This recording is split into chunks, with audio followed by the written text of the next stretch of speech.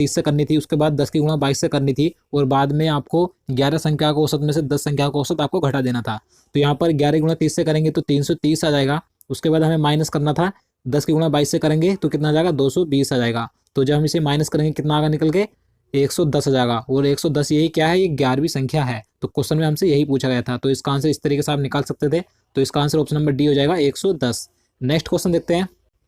यदि किसी संख्या के वर्ग में 59 जोड़ा जाए तो परिणाम 900 है, तो वह संख्या है। देखिए आपको इसमें करना क्या था, यहाँ पर आपको दिया गया था कि यदि किसी संख्या के वर्ग में 59 जोड़ा जाए तो उसका जो परिणाम हो जाता है यानी कि कुल योग हो जाता है 900 हो जाता है। तो देखिए आपको करना क्या था, यहाँ पर कुल योग 900 हो जाता है, तो 900 में से हमें 59 घटा देना था। उसके बाद जो हमारा निकल कर आएगा 841 बचेगा, और हमें देखना कि ये 841 किसका वर्ग होता है। तो ये 841 29 का वर्ग होता है। तो हमसे यही संख्या पूछी गई थी। मैं आपको बता दूं, आपको करीब 50 तक तो आपको वर्ग आने ही चाहिए, क्योंकि वर्गमूल से क्वेश्चन ज़्यादातर पूछे जाते हैं। तो आप 50 तक भी वर्गमूल याद जरूर कीजिएगा। तो इस तरीके से इसका आंसर क्या आ जाएगा, 29 आ जाएगा, यानी कि ऑप्शन नंबर सी सही हो जाएगा। तो चलिए अगला क्वेश्चन देखते हैं। यदि ए के पश्चिम में सी है तथा ए के दक्षिण में बी है, तो सी से किस दिशा में बी है। तो दोस्तों देखिए ये दिशा से रिलेटेड क्वेश्चन पूछा गया था। तो आपको इसमें करना क्या था, वैसे तो आप इस क्वेश्चन को कर सकते हैं अगर आपसे आता है तो मैं आपको बता देता हूँ। सबसे पहले आपको दिशा पता होनी चाहिए कि कौन सी दिशा किधर होती है। तो इस साइड में पूरब होता है, और इसके विपरीत साइड में पश्चिम होता है, और ऊपर होता है उत्तर, और नीचे होता है दक्षिण। तो आप इसे याद रखिएगा, ये आगे आपके बहुत काम आएगी। तो चलिए देखते हैं हम इसे कैसे करते हैं। तो यहाँ पर दिया गया था ए के पश्चिम में सी है, तो हम यहाँ पर ए लेते हैं। ए के पश्चिम में, पश्चिम किधर होता है, पश्चिम में सी है, इस साइड में पश्चिम होता है। उसके बाद दिया था ए के दक्षिण में बी है, यानी कि दक्षिण किधर होता है, नीचे होता है। तो ए के दक्षिण में बी बोला है कि बी है, तो ए के दक्षिण में बी नीचे हो जाएगा। उसके बाद बोला था तो सी से किस दिशा में बी है, यानी कि बी सी से किस दिशा में है, ये क्वेश्चन में बोला गया है, आपको बताना है। तो सी इधर है और बी इधर है, तो आपको ये दिशा बतानी है ये कौन सी है। तो ये दिशा कौन सी जाएगी, नीचे यानी कि दक्षिण है, और इस साइड में पूरब है, तो ये दक्षिण और पूरब दिशा हो जाएगी। तो इस तरीके से आप इसे कर सकते हैं। तो इसका आंसर क्या हो जाएगा, ऑप्शन नंबर बी हो जाएगा, दक्षिण और पूर्व। तो चलिए अगला क्वेश्चन देखते हैं। दीपा एवं सीमा मिलकर एक कार्य को 6 दिन में पूरा कर सकती हैं। दीपा अकेले उस कार्य को 9 दिन में पूरा कर सकती है, तो सीमा अकेले उस कार्य को कितने दिनों में पूरा करेगी। तो समय कार्य का एक क्वेश्चन दिया गया था, यहाँ से भी एक दो क्वेश्चन पूछे जाते हैं। तो आपको इसमें करना क्या था, सिंपल क्वेश्चन था, दीपा और सीमा मिलकर किसी कार्य को कितने दिन में पूरा करती है, 1/6 यानी कि 6 दिन में पूरा करती हैं। आपको इसमें करना था, जो दीपा की अकेले की कार्य करने की क्षमता है कितने दिनों में पूरा कर सकती है, 9 दिन में कर सकती है। तो आपको कुल में से दीपा का इसमें दिन घटा देने थे, यानी कि 1/9 हम इसमें से घटाएंगे। तो जब हम इसे सोल्व करेंगे तो हमारा एलसीएम 18 आ जाएगा। उसके बाद यहाँ पर 6 × 18, इधर 3 आ गया, -9 दूनी 18। तो यहाँ पर हमारा कितना आ जाएगा इसे सोल्व करने पर, यानी कि 1/18 आ जाएगा हमारा। तो ये 18 क्या निकल गया, इस सीमा उस कार्य को अकेले 18 दिन में पूरा कर देगी। तो इस तरीके से इसका आप आंसर निकाल सकते थे। तो इसका आंसर ऑप्शन नंबर ए सही हो जाएगा। नेक्स्ट क्वेश्चन देखते हैं। एक शहर की जनसंख्या 70,000 थी, जिसमें 8% की वृद्धि होती है, वर्तमान जनसंख्या कितनी है। तो दोस्तों देखिए प्रतिशत से क्वेश्चन ज़्यादातर पूछे जाते हैं, आपसे आते भी होंगे। अगर आपसे आते हैं तो आप इस क्वेश्चन को भी कर सकते हैं। तो मैं आपको बता देता हूँ आपको किस तरीके से करना है। तो यहाँ पर आपको जनसंख्या दी गई थी, तो जनसंख्या आपको लिख लेनी है। उसके बाद यहाँ पर आपको दी गई थी, इसमें 8% की वृद्धि होती है। तो जब हम वृद्धि होती है तो हम इसे 100 में जोड़ते हैं, तो कितना हो जाएगा, 100 में जोड़ने पर 108 हो जाएगा, और परसेंटेज के लिए नीचे 100 लगाते हैं। उसके बाद जब हम इसे सोल्व करेंगे, 2 जीरो से इधर 2 जीरो जाएंगे, और इधर 700 बचेगा, और गुणा में 108। 700 और 108 की जब हम गुणा करेंगे तो इसका आंसर निकल कर आ जाएगा 75,600। तो इस तरीके से इसका आंसर ऑप्शन नंबर डी सही हो जाएगा। तो चलिए अगला क्वेश्चन देखते हैं। तो यहाँ पर क्वेश्चन नंबर 56 है, 4, 8 और 12 का महत्तम समावर्तक क्या होगा। तो दोस्तों मैं आपको बता दूं, ये जो चैप्टर है लेसे और मैसे का, ये इतना इंपॉर्टेंट है कि प्रत्येक एग्जाम में यहाँ से क्वेश्चन पूछा जाता है। चाहे कोई सा भी एग्जाम हो, किसी लेवल का भी एग्जाम हो, यहाँ से 1 या 2 क्वेश्चन जरूर देखने को मिलते हैं। तो आप इसे अच्छे तरीके से करिएगा, मैं आपको बताऊंगा, अच्छे तरीके से समझाऊंगा। देखिए सबसे पहले आपको पता होना चाहिए लेसे क्या होता है और मैसे क्या होता है। तो देखिए लेसे वह छोटी से छोटी संख्या होती है जो दी गई संख्याओं से कट जाती है, और जो हमारा मैसे होता है मैसे वह बड़ी से बड़ी संख्या होती है जो दी गई संख्याओं को काट दे। तो आप इसे ध्यान रखिएगा, मैसे और लेसे को। तो यहाँ पर पूछा गया था 4, 8 और 12 का मैसे क्या होगा, यानी कि महत्तम समावर्तक क्या होगा। तो मैंने आपको बताया मैसे क्या होता है, मैसे वह बड़ी से बड़ी संख्या होती है जो दी गई संख्याओं को काट सकती है। तो यहाँ पर संख्या दी गई है हमें 4, 8 और 12, तो हमें देखना है कि 4, 8, 12 को वह बड़ी से बड़ी संख्या कौन सी है जो काट सकती है। तो आपको पता होगा अगर हम 2 लेते हैं तो 2 से ये संख्या कट तो जाएंगी, लेकिन ये बड़ी से बड़ी संख्या नहीं है, तो इसका आंसर ये नहीं होगा। अब अगर हम यहाँ पर 4 लेते हैं तो 4 से भी ये संख्याएं कट जाएंगी, और ये 4 जो है ये बड़ी से बड़ी संख्या भी है। तो इस तरीके से आप मैसे और लैसे को कर सकते हैं। तो यहाँ पर इसका आंसर क्या हो जाएगा, ऑप्शन नंबर बी हो जाएगा 4। नेक्स्ट क्वेश्चन देखते हैं। क्वेश्चन नंबर 57 है। यहाँ पर ये रीजनिंग का क्वेश्चन दिया गया था ये बीच में। तो यहाँ पर दिया था यदि आपको शब्द दिया था इसका कूट ये शब्द है तो इस शब्द का कूट क्या होगा, यानी कि आपको यहाँ पर शब्द दिया गया था कि इस शब्द से ये शब्द बनता है, तो इससे जो अगला शब्द होगा उससे कौन सा शब्द बनेगा। तो आपको इसमें करने का तरीका आपको पता होना चाहिए। आपको सबसे पहले इसमें ध्यान से देखना चाहिए कि इसमें क्या कर रखा है इन्होंने। तो यहाँ पर देखिए, ध्यान से देखिएगा, यहाँ पर सी है, उसके बाद इधर डी है, इधर ओ है, इसके बाद पी है, इधर आर है, इसके बाद एस है। यानी कि इसमें जो है सब में एक एक प्लस कर दिया गया है, यानी कि सब में एक प्लस किया गया है। सी के बाद डी आता है, ओ के बाद पी आता है, आर के बाद एस आता है। तो इस तरीके से इन सभी में ऐसे इन्होंने कर रखा है। उसके बाद हम इसी तरीके से अगला शब्द देखेंगे। यहाँ पर ई है, ई में अगर हम एक जोड़ेंगे तो ई के बाद एफ आएगा, इसके बाद एम है, एम के में अगर एक जोड़ेंगे तो एन आएगा, ओ में एक जोड़ेंगे तो पी आएगा, टी में अगर एक जोड़ेंगे तो यहाँ पर यू आएगा। तो इस तरीके से आप इन सभी में एक जोड़ेंगे तो इसका जो आंसर निकल के आ जाएगा ऑप्शन नंबर डी सही हो जाएगा। तो आप इसे इस तरीके से कर सकते थे। तो चलिए अगला क्वेश्चन देखते हैं।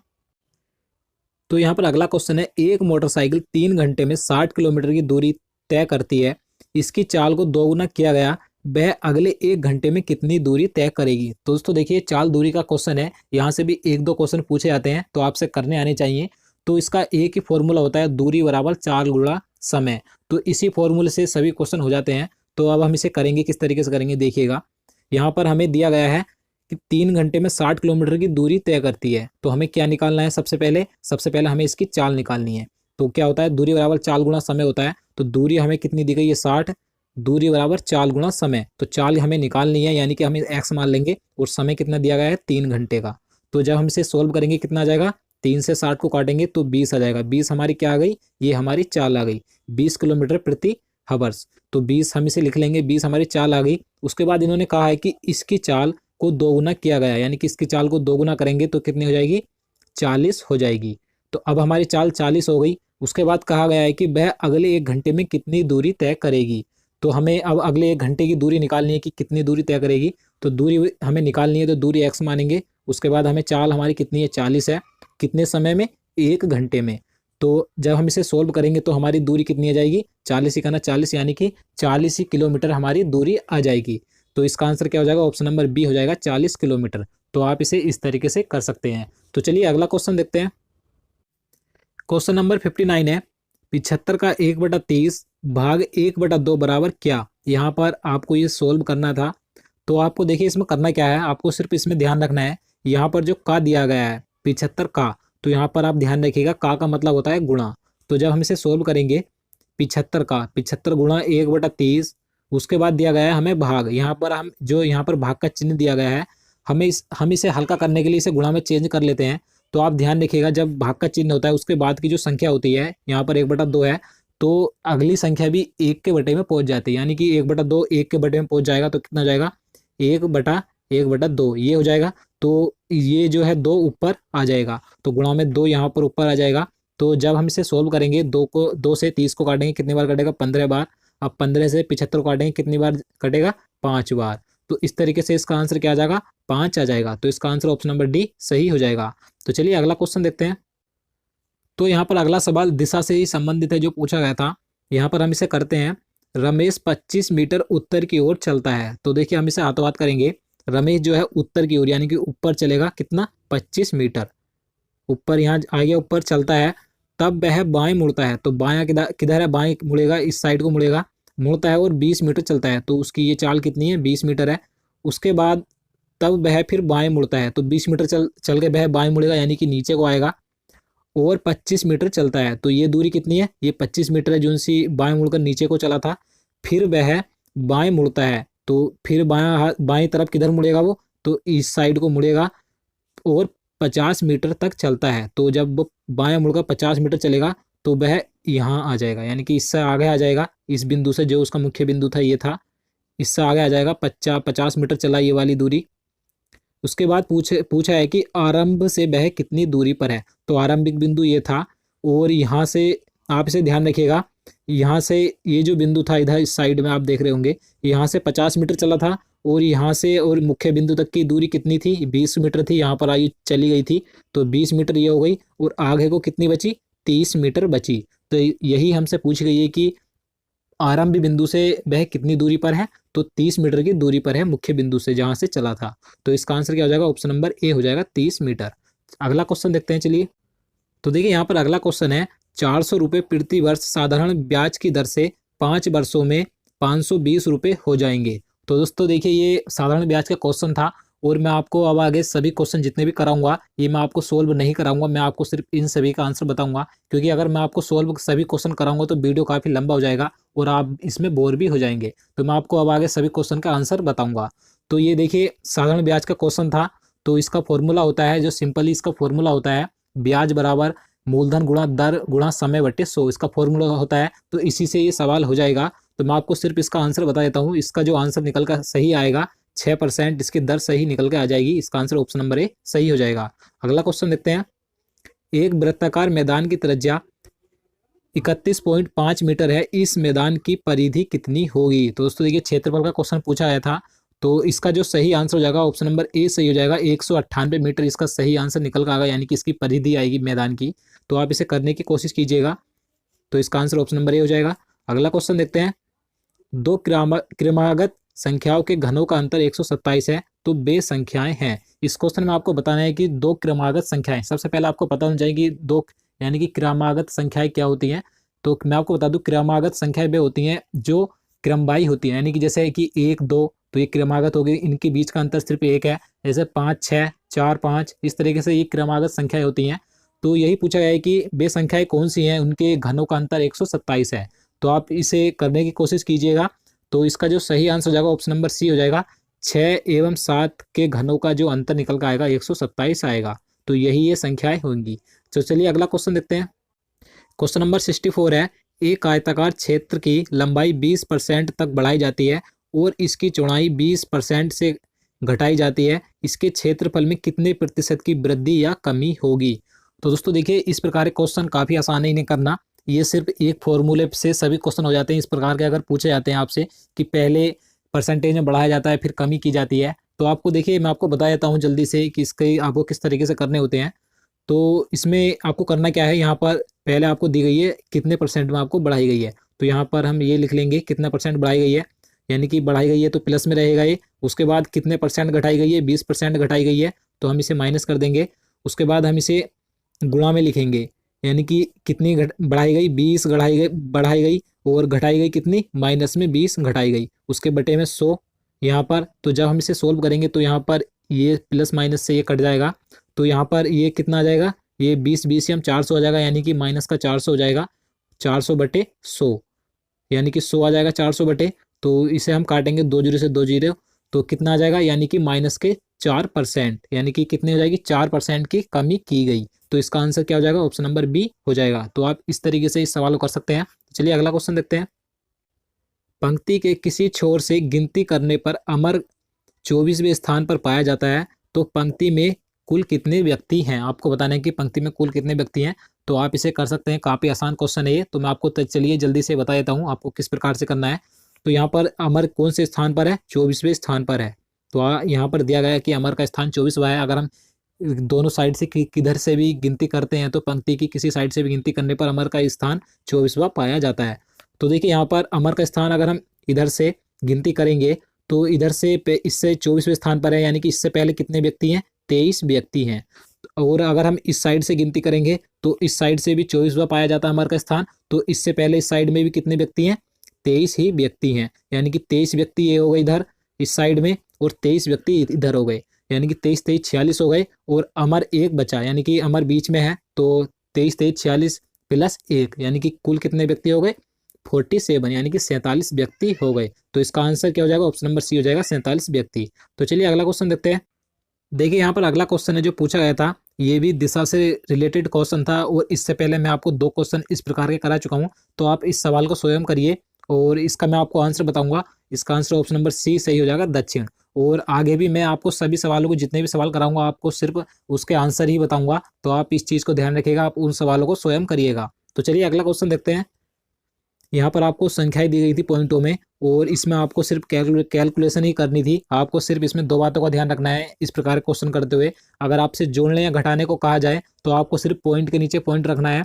और अगर आपसे, जैसे मैंने आपको बताया कि अगर आपको बीच में भाग का चिन्ह मिल जाता है तो आप इसे हल्का करने के लिए, सवाल को हल्का करने के लिए भाग के चिन्ह को चेंज कर सकते हैं। तो आपको चेंज करना क्या है, यहाँ पर आपको जब इसे भाग के चिन्ह को चेंज करेंगे तो इसके बाद वाली जो संख्या होती है उसे आपको 1 के बटे में लिखना होता है। तो आप इस सवाल को स्वयं करिएगा। तो चलिए अगला क्वेश्चन देखते हैं। 1500 रुपये की एक कमीज को 40% प्लस 60% की छूट पर बेचा जाता है, तो छूट के बाद इस कमीज का दाम कितना होगा। दोस्तों देखिए, ये लाभ हानि का क्वेश्चन है, तो इसका आंसर क्या हो जाएगा, इसका आंसर ऑप्शन नंबर डी सही आएगा, और यानी कि 360 इसका सही आंसर निकल के आएगा। तो आप इसे एक सवाल को भी स्वयं करिएगा। अगला क्वेश्चन देखते हैं। क्वेश्चन नंबर 69 है, किसी संख्या के दो अंकों का योगफल 13 है, यदि इस संख्या से 9 घटाया जाए तो अंक परस्पर बदल जाते हैं, तो वह संख्या क्या है। तो आपको ये सवाल करना है सोच समझ के। तो इसका आंसर मैं आपको बता देता हूँ। इसका सही आंसर ऑप्शन नंबर ए आएगा, यानी कि 76 इसका सही आंसर निकल के आ जाएगा। तो आप इस सवाल को भी करिएगा। अगला क्वेश्चन देखते हैं। 4 क्रमागत धन पूर्णांकों का योगफल 82 है, तो उनमें सबसे छोटी संख्या है। तो इसका आंसर भी मैं आपको बता देता हूँ। इसका आंसर ऑप्शन नंबर बी सही हो जाएगा, यानी कि 19। नेक्स्ट क्वेश्चन देखते हैं। तो यहाँ पर अगला क्वेश्चन है जो पूछा गया था। राहुल 8 किलोमीटर पश्चिम की ओर जाता है और फिर बाएं मुड़ता है और 6 किलोमीटर तक जाता है। अपने आरंभिक बिंदु से राहुल अब किस दिशा में तथा कितनी दूरी पर है। तो मैं आपको पहले भी 2 से 3 क्वेश्चन ऐसे करा चुका हूँ जो 2015 आरपीएफ एग्जाम में पूछे गए थे, और ये क्वेश्चन आपको आने वाले एग्जाम में भी जरूर देखने को मिलेंगे। तो इसका जो सही आंसर हो जाएगा ऑप्शन नंबर डी हो जाएगा, दक्षिण पश्चिम दिशा में, तथा कितनी दूरी पर है, 10 किलोमीटर दूरी पर। तो इसका आंसर ऑप्शन नंबर डी हो जाएगा। तो चलिए अगला क्वेश्चन देखते हैं। 2, 3 और 7 का लघुत्तम समावर्तीय क्या होगा। तो मैं आपको लैसे और मैसे के बारे में पहले भी बता चुका हूँ कि लैसे और मैसे क्या होता है। तो यहाँ से 2-3 क्वेश्चन जरूर पूछे जाते हैं। तो इस क्वेश्चन के बारे में मैं आपको चलिए दोबारा बता देता हूँ कि लैसे और मैसे क्या होता है। तो आप ध्यान से सुनिए। देखिए, लैसे वह छोटी से छोटी संख्या होती है जो दी गई संख्याओं से कट जाती है, और जो मैसे होता है, मैसे वह बड़ी से बड़ी संख्या होती है जो दी गई संख्याओं को काट दे। तो इस सवाल में हमसे पूछा गया है कि 2 और 3 का लय से, यानी कि लघुत्तम समावर्ती क्या होगा। लय से पूछा गया है। तो लय से मैंने आपको बताया कि बैच छोटी छोटी संख्या होती है जो दी गई संख्याओं से कट जाए। तो हमें देखना है कि यहाँ पर संख्या दी गई है 2, 3 और 7। तो इन तीनों संख्याओं से कौन सी ऐसी छोटी से छोटी संख्या है जो कट जाएगी। तो इसका सही आंसर ऑप्शन नंबर ए हो जाएगा, 42। तो आप इसे ध्यान रखिएगा। तो चलिए अगला क्वेश्चन देखते हैं। एक विद्यालय में 1500 विद्यार्थी हैं, जिसमें 15% मुस्लिम, 7% सिख, 8% ईसाई तथा शेष हिंदू विद्यार्थी हैं। तो विद्यालय में हिंदू विद्यार्थियों की संख्या कितनी है। तो ये परसेंटेज का सवाल पूछा गया था। तो इसमें आपको विद्यालय में हिंदू विद्यार्थियों की संख्या बतानी है कितनी है। तो इसका सही आंसर 1050 आएगा, यानी कि ऑप्शन नंबर सी सही हो जाएगा। अगला क्वेश्चन देखते हैं। 20 कुत्ते 10 दिन में 20 मुर्गियां खाते हैं, तो 40 कुत्ते 40 मुर्गियां कितने दिनों में खाएंगे। तो समय कार्य का क्वेश्चन ये पूछा गया था। तो काफ़ी आसान है इसे करना, तो आप इसे स्वयं करिएगा। तो इसका जो सही आंसर आएगा ऑप्शन नंबर डी सही हो जाएगा, यानी कि 10 इसका सही आंसर हो जाएगा। 40 कुत्ते 40 मुर्गियां 10 दिन में खाएंगे। नेक्स्ट क्वेश्चन देखते हैं। 50% डॉट डॉट के बराबर है। आपको बताने है कि 50% डॉट डॉट यानी किसके बराबर है। 4 ऑप्शन आपको दिए गए हैं, तो मैं आपको उसका सही आंसर बता देता हूँ। इसका सही आंसर ऑप्शन नंबर सी हो जाएगा, 3/5। नेक्स्ट क्वेश्चन देखते हैं। 12 छात्रों की एक कक्षा के छात्रों का औसत कद 180 सेंटीमीटर है। वर्ग शिक्षक के कद की छात्रा के कद में जोड़ने पर कक्षा का औसत कद घटकर 179 सेंटीमीटर हो जाता है, तो शिक्षक का कद ज्ञात कीजिए। तो काफ़ी हार्ड क्वेश्चन है। वैसे तो आप इसमें घूम गए होंगे कि सवाल क्या रहा है, क्योंकि इसमें पढ़ने में भी काफ़ी समय लग जाता है ऐसे सवालों में। तो इसका आंसर मैं आपको बता देता हूँ। इसका आंसर ऑप्शन नंबर बी हो जाएगा, 167 सेंटीमीटर सही आंसर निकल कर आएगा। तो चलिए अगला क्वेश्चन देखते हैं। तो यहाँ पर अगला क्वेश्चन है। यहाँ पर आपको ये बोर्ड मास नियम से एक सवाल पूछा गया था। आपको इसमें सिर्फ आपको कैलकुलेशन करनी थी। तो बोर्ड मास नियम से ही आपको सवाल करना है। इस प्रकार का आपसे जब भी पूछा जाए तो आप इसे करने की कोशिश कीजिएगा। और मैं आपको बता दूं एक बार फिर, आप ये मत समझिए कि मैं आपको सवाल नहीं करा रहा हूँ या मुझसे नहीं करने आते।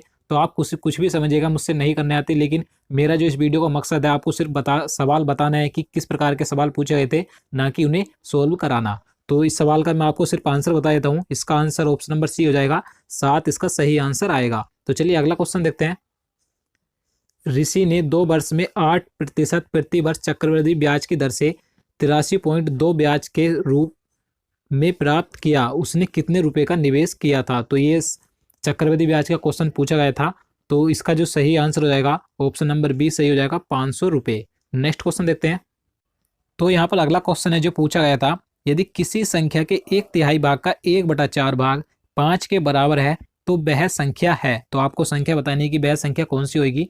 तो इसका सही आंसर ऑप्शन नंबर बी हो जाएगा, यानी कि 60 सही आंसर निकल कर आएगा। तो चलिए अगला क्वेश्चन देखते हैं। यदि गुणा भाग के लिए, भाग गुणा के लिए एवं माइनस जोड़ के लिए उपयोग में लाया जाए तो आपको ये संख्या दी गई है, आपको कैलकुलेशन करनी है। आपको इसमें सिर्फ इसके जो इन्होंने कहा है इनके आपको चिन्ह परिवर्तन कर कर ये कैलकुलेशन करनी है। तो आप सवाल को करिएगा। अगला क्वेश्चन देखते हैं। 7 दलों के एक समूह में प्रत्येक दल एक दूसरे से 2 बार खेलते हैं, समूह में कितने मैच खेले जाएंगे। तो इस क्वेश्चन में पूछा है कि 7 दल हैं, यानी कि 7 टीमें हैं, आप मान लीजिए उनका एक समूह बनाया गया है और उन 7 टीमों को एक दूसरे से 2-2 बार मैच खेलने हैं। तो उनमें कुल कितने मैच खेले जाएंगे। तो कितने मैच खेले जाएंगे, 42 यानी कि 42 मैच खेले जाएंगे। तो इसका आंसर ऑप्शन नंबर बी हो जाएगा। अगला क्वेश्चन देखते हैं। क्वेश्चन नंबर 82 है जो पूछा गया था। 75 किलोमीटर प्रति घंटा की चाल से एक बस 45 मिनट तक यात्रा करती है और फिर 90 किलोमीटर की चाल से अगले 45 मिनट तक यात्रा करती है, वह 1.5 घंटे में कितनी दूरी तय करेगी। तो ये चाल दूरी का सवाल था, ये पूछा गया था। तो इसका मैं आपको आंसर बता देता हूँ। इसका जो आंसर आएगा ऑप्शन नंबर ए सही हो जाएगा, यानी कि 123.75 किलोमीटर इसका सही आंसर आएगा। तो चलिए अगला क्वेश्चन देखते हैं जो पूछा गया था। निम्न संख्या अनुक्रम में कितनी सम संख्याएं हैं जिनके ठीक पहले एक विषम संख्या तथा ठीक बाद एक सम संख्या है। तो आपको बताना है कि ये आपको दी गई है काफ़ी सारी संख्याएं। इसमें पूछा है कि इन संख्याओं में कितनी ऐसी संख्याएं सम संख्याएं हैं जिनके ठीक पहले विषम संख्या एवं ठीक बाद में एक सम संख्या है। तो इसका सही आंसर ऑप्शन नंबर ए हो जाएगा, यानी कि 2 ऐसी संख्याएं हैं। तो नेक्स्ट क्वेश्चन देखते हैं।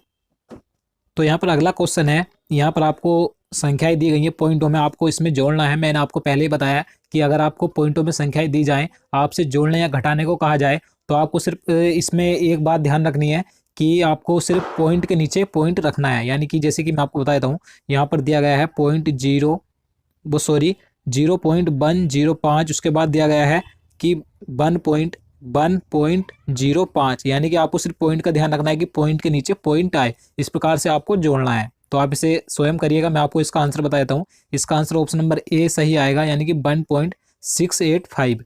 तो चलिए अगला क्वेश्चन देखते हैं जो पूछा गया था। निम्न में से सबसे बड़ी भिन्न कौन सी है। आपको 4 ऑप्शन दिए गए हैं, इसमें से आपको बतानी है कि सबसे बड़ी भिन्न इनमें से कौन सी होगी। तो आप इसे हल करके आप कर सकते हैं। तो मैं आपको इसका भी आंसर बता देता हूँ। इसका आंसर ऑप्शन नंबर डी सही आएगा, यानी कि 9/10 सबसे बड़ी भिन्न है इन 4 ऑप्शन में। तो दोस्तों यही थे जितने क्वेश्चन मैं आपके लिए 35 क्वेश्चन पूछे गए थे, मैं जो आपके लिए लेकर आया था। उम्मीद करता हूँ आपको वीडियो पसंद आया होगा। अगर वीडियो पसंद आया